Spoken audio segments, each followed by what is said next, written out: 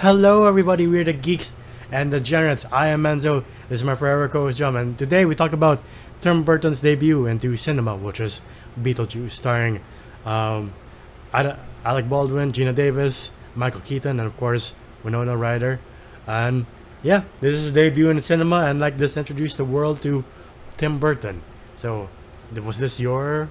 How did you come across this movie?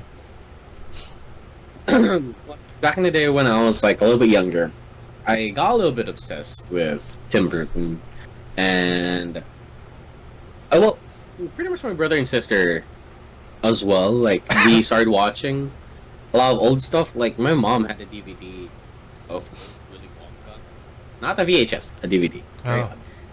okay. But yeah, and we started to like this odd part of cinema with like this body horror, a lot of special effects. Oh well, Yeah. practical effects. Sorry.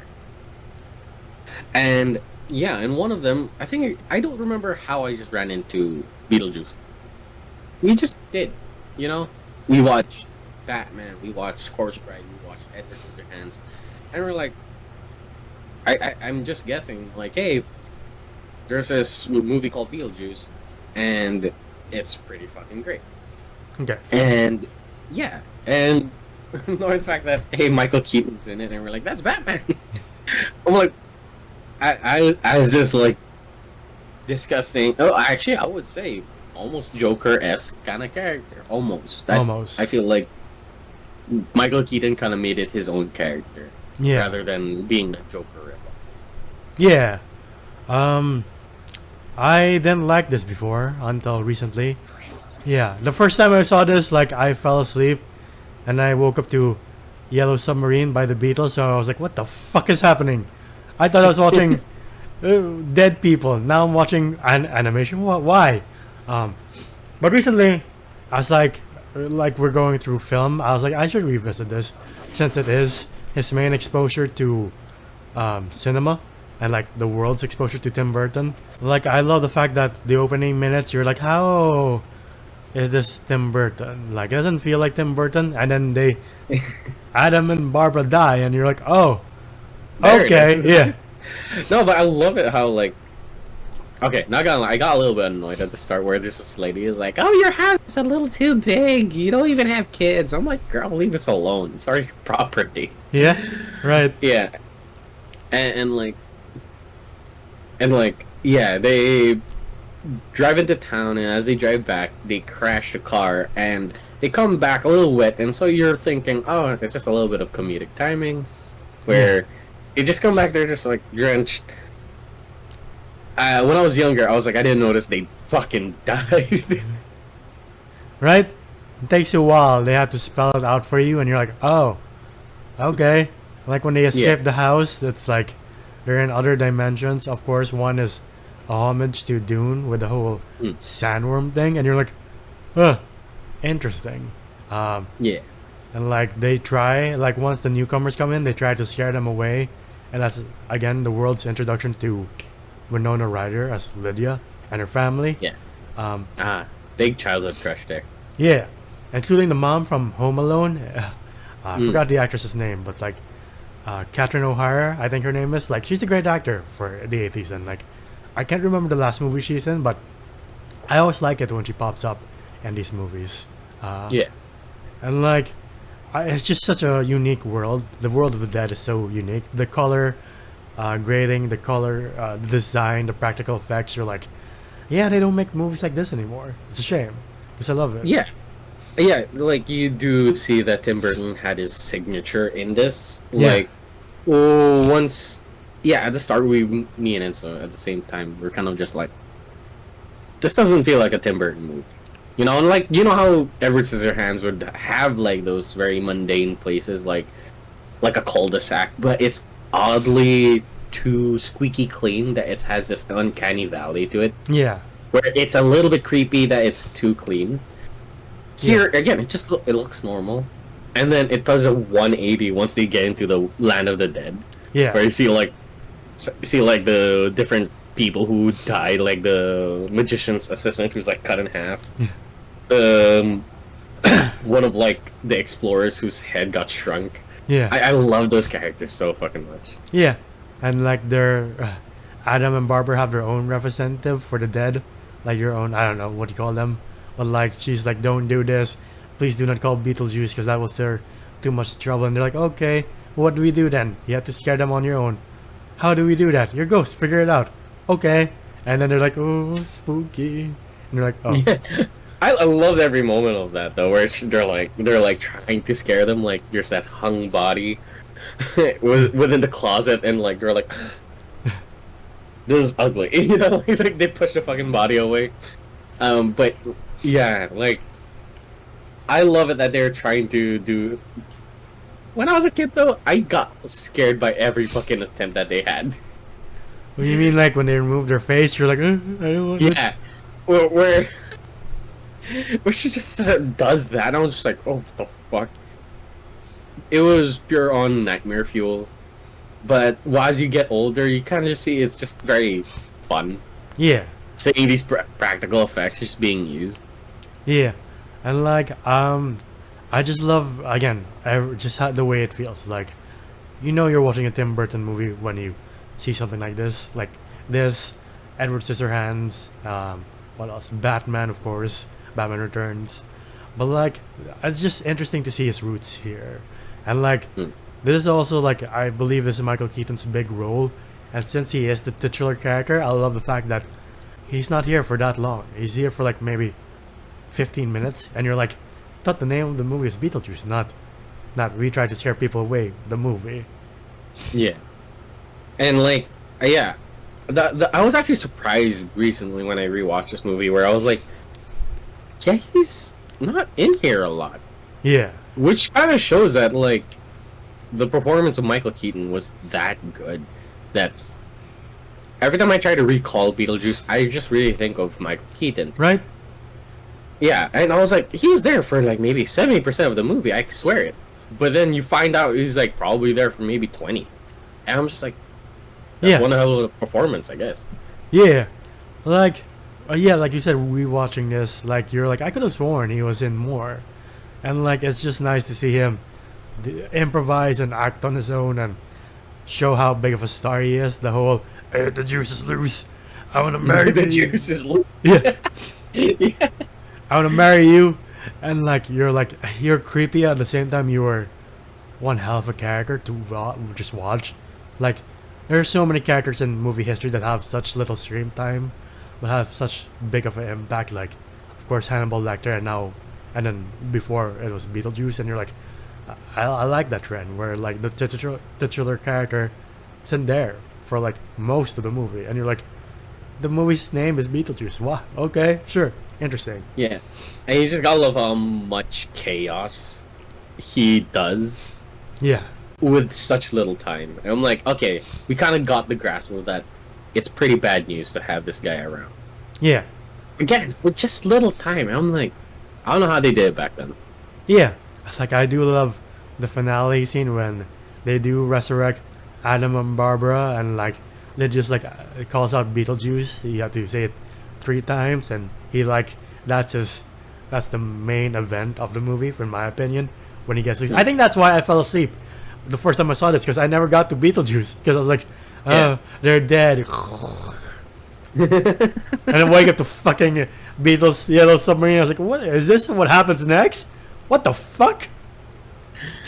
Can I say something? I feel like I was more unnerved by Lydia's mom's interior decorating rather than the underworld's own interior decorating. Yeah, you were like, she has like art pieces, and it's not gonna lie, this is like her home was like this, like maybe trying to be artsy fartsy. Yeah, but for me, I was like, this is nightmare fuel, and I swear to God, I've had nightmares because of that. Yeah, like interior design. I was like, I don't ever want to live in this house. Yeah, you can see where like cartoons where the characters a bit like is well off, like they're like, let's show how well off this character is with like weird ass designs for their house. And you're like, yeah, oh, and you see where the inspiration is from, or maybe that's where they got the inspiration from. But like I could see that. Yeah, Like I just like seeing the origins of that. And again, it's nice to see what Tim Burton does from now. Like after this, he gets Batman, and then the rest is history. But just to see, I really wish I had a time machine to go back and like experience Tim Burton for the first time. To be like, I wonder what it was like for audience to be like, all right, let's see what. Oh my god, okay, Dude, yeah, for sure. Back in the 80s, seeing that for the first time, you just been like it would have been pure horror for you because they're like, can we show that on like TV? right? That's why I remember Star movies, even though this is not gory by any means. This is not fucking The Boys. Like they would censor some stuff, like when with the decapitation. I was like, I wonder what it's hiding, and you see it now. You're like, that's not bad. This is not The Boys or Saw. It's fine. We're a little bit spoiled by today's media. Yeah. With how far TV can go now when it comes to gore, or like how streaming services can go far. Yeah. With like even like with like video games with like Mortal Kombat, you're like we've been desensitized. But like again, I would like to go back in time, make myself like an 80s person to be like, oh damn, oh shit, what is he gonna do next? Fucking Batman? How? And then see progression. Excuse me. But like yeah, it's just it shows why Tim Burton has stayed the test of time, and like he's so successful now with Wednesday Addams, and I hope the sequel to this, Beetlejuice, is as successful as Wednesday and his other modern hits. I can't remember what movie he did before Wednesday, but I think it was a weird movie with Eva Green, and it was like Foster's Home for Imaginary Kids type S. Oh yeah. I remember that. Yeah, and you're like, oh, it's Tim Burton's X-Men. Okay. And then before that, it was that weird Johnny Depp vampire movie, and you're like, yeah, not the best. Yeah, he's kind of like dipping. So I'm just happy that he kind of got his like engine running again when it came to Wednesday. So because I can't wait to see Beetlejuice. Yeah, And I'm guessing it might be a trilogy because they have to complete it. yeah, exactly. And I do love the fact that Jenna Ortega's in this one. Also, Catherine O'Hara has a little HBO show next year called The Last of Us 2 as the leader of the cult in the game. So you're like, fuck, that's interesting. I didn't know that. I fucking didn't know that. Yeah. So yeah, obviously these stars are still working well today. Like it might have been a hot minute since we've seen Michael Keaton, but there's no doubt once we see Beetlejuice will be like, yeah, this is why you're a fucking star. This is why throughout the 80s, 90s, and even 2010s, we were like, oh fuck, Michael Keaton's in this. Let's fucking go. Yeah. But yeah, without further ado, what would you rate the first Beetlejuice? I rate the first Beetlejuice. I feel like it deserves an 8. You know, Yeah. it's not perfect. Yeah, I would say that it was a little bit slow at the start, but I guess that was like the red herring. Yeah. But other than that, like, this fueled a lot of like childhood nightmares within me. Like Yeah. I did like back in the day, even I was too scared to say his name 3 times because now he was like folklore to me.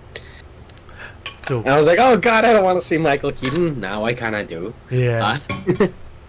But